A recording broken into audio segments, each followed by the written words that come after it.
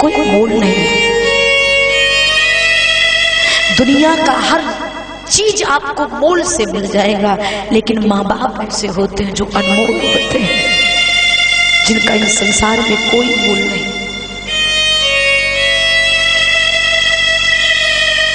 एक माँ 9 महीने गर्भ में रखती है, पीड़ा को सह करके जन्म देती है, पाल पोष कर बड़ा करती है। लेकिन आज हमारे समाज में कुरीतियां फैल गई हैं। मार्ग में जाते समय जब किसी बूढ़ी औरत को हाथ फैलाते हुए देखते ना तो कलेजा फट जाता है। ये भी किसी की माँ होगी, इसका भी कोई पुत्र होगा जो इतना निर्दयी है, जो माँ 9 महीने अपने बच्चे को गर्भ में रखती है, वही बच्चा बड़ा होकर के माँ को अपने घर में नहीं रख पाता। हृदय फट जाता है भैया।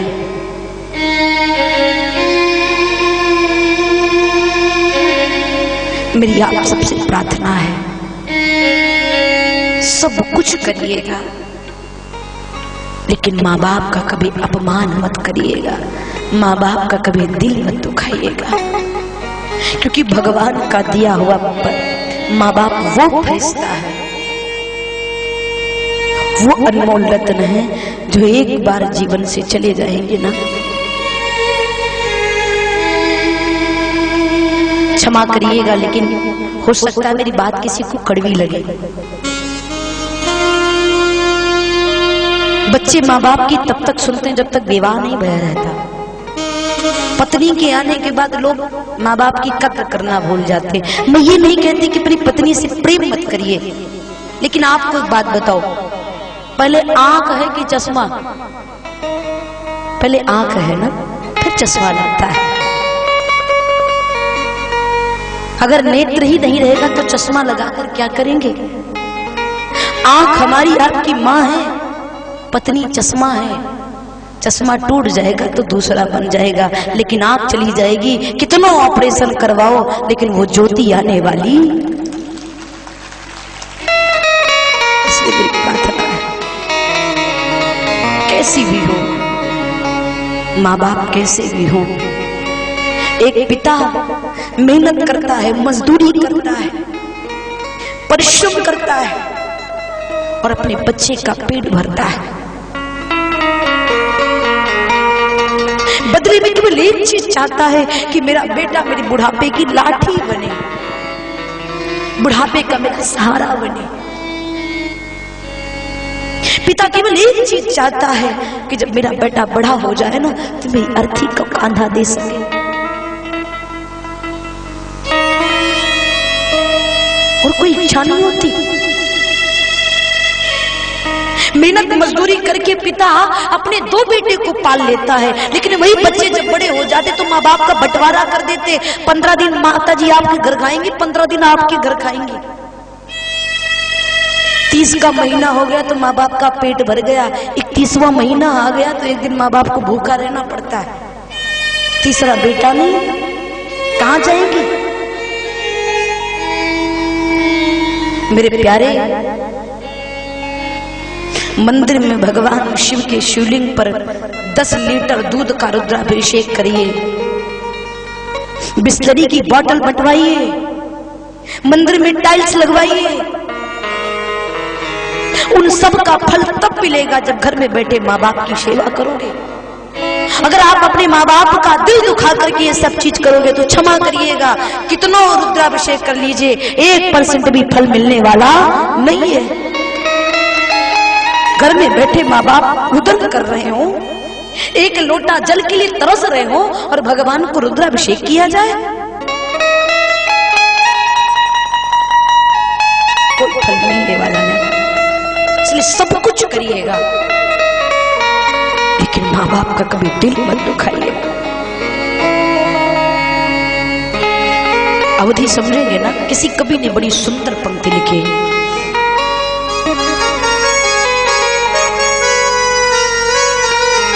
कि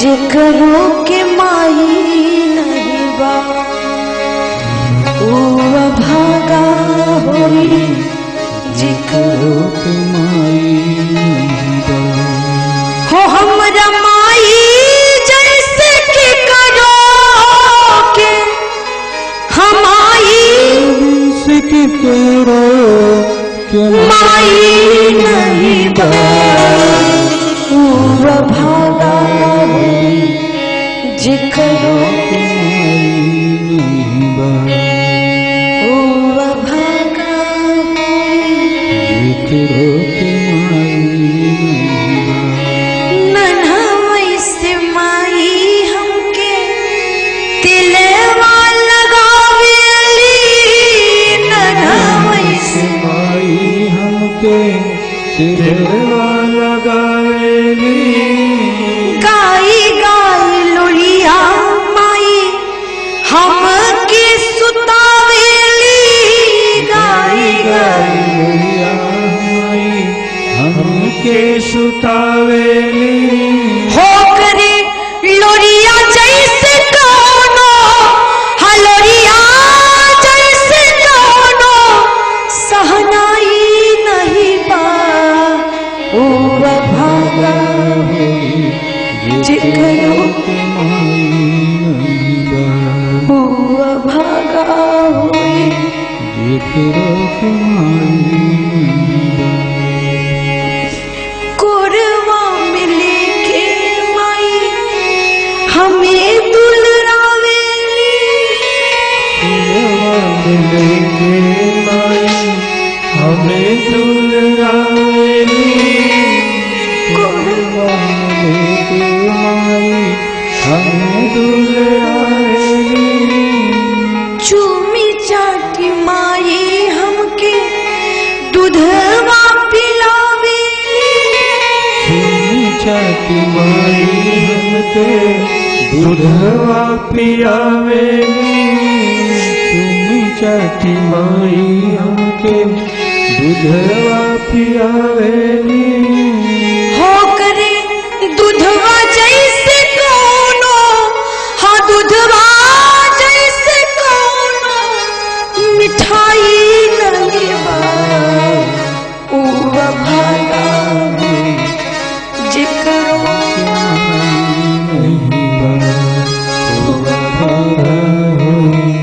जिकरो के माई नहीं बा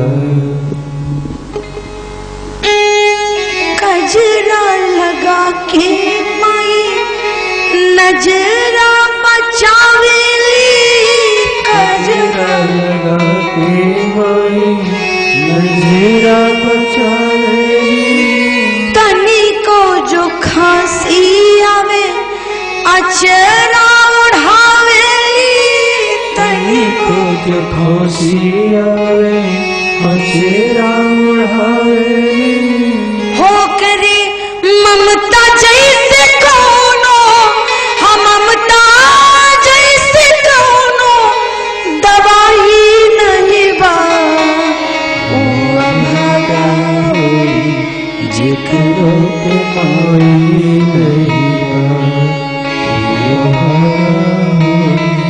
जिकरो के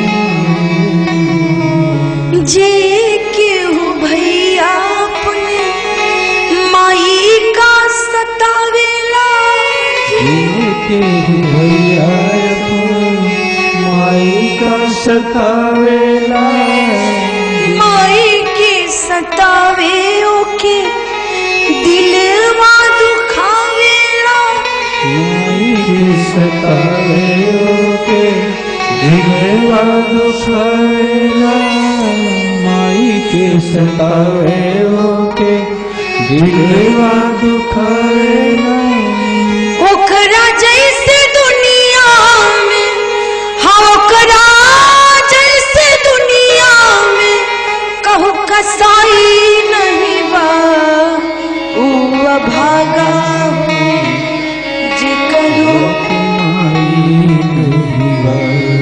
हमरा माई जैसे के करो के माई के करो माई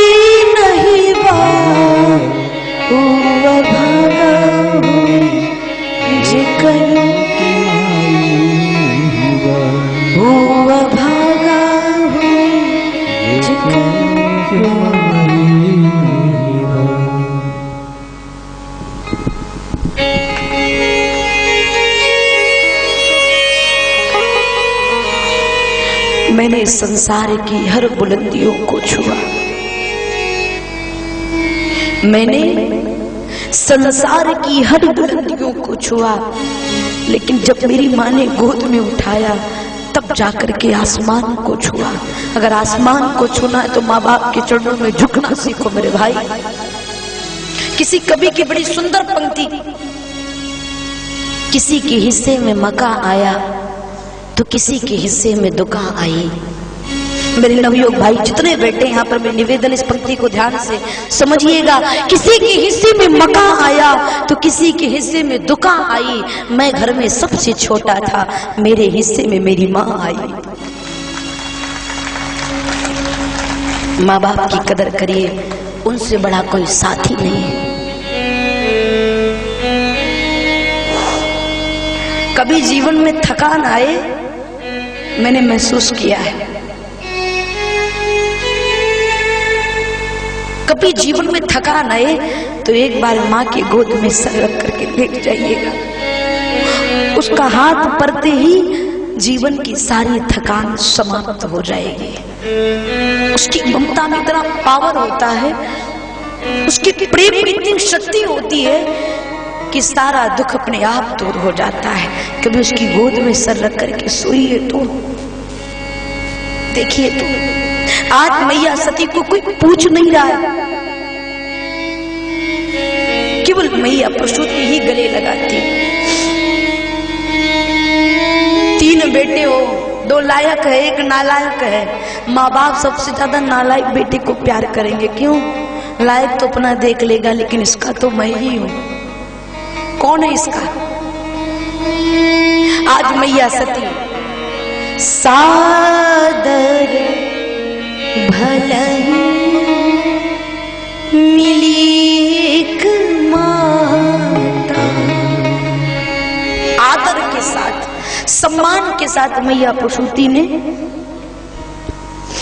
सती मैया को गले लगाया। मैया सती गले लग करके माँ के फूट फूट करके रोने लगी। मैया प्रसूति ने समझाया, बेटी दुख के दिन सब समाप्त हो जाएंगे। इधर मैया सती माँ से मिलकर के यज्ञ मंडप की परिक्रमा लगाने जाती है। कतो नदी शंभु कर भागा। शिव जी का स्थान न पा करके मैया सती ने योग अग्नि को प्रकट करके अपने शरीर को जला करके राख किया है। भगवान शिव वीरभद्र को उत्पन्न करते हैं। वीरभद्र आकर के दक्ष के सर को काट करके यज्ञ मंडप में डाल दिया। सारे देवता शिव जी की आराधना करते हैं। राजा हिमांचल के यहाँ मैनावती के गर्भ से मैया सती का दूसरा जन्म हुआ, नाम पार्वती पड़ा। भगवान शिव मैया पार्वती का दिव्य विवाह उत्सव संपन्न होता है। सारे देवता भगवान शिव की जय जयकार करते हैं, भगवान शिव की वंदना करते हैं। आइए हम आप भी भाव के साथ बाबा के चरणों में हाजिरी लगाएं, साथ में आगे कथा के क्रम से जुड़ेंगे। एक बार जितने साधक बैठे, जितने भक्त बैठे हैं, भाव से जय घोष करेंगे। बोले शंकर भगवान की। स्थिति करुण और वेदना में छा गई है, तो बाबा के चरणों में हाजिरी लगाते हुए अपने मन को प्रसन्न करेंगे, भाव के साथ, श्रद्धा के साथ। कि शंकर तेरी जटा से हो बाबा, तेरी जटा से बहती